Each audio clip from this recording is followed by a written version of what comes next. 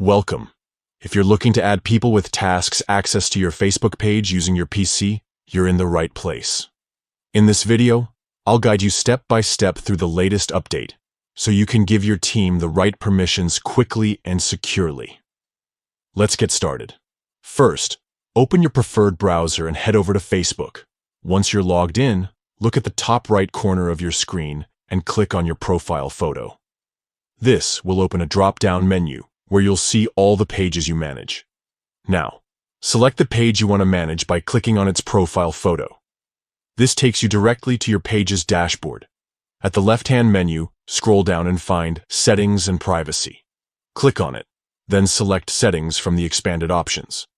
Inside the Settings menu, look for Page Setup on the left sidebar. Click on it, and then select Page Access. This is where you control who can manage your page and what they're allowed to do. To add someone new, find the section labeled People with Tasks Access. Next to it, you'll see an Add New button. Click on Add New, then hit Next to proceed. A search bar will appear. Type the name or email of the person you want to add.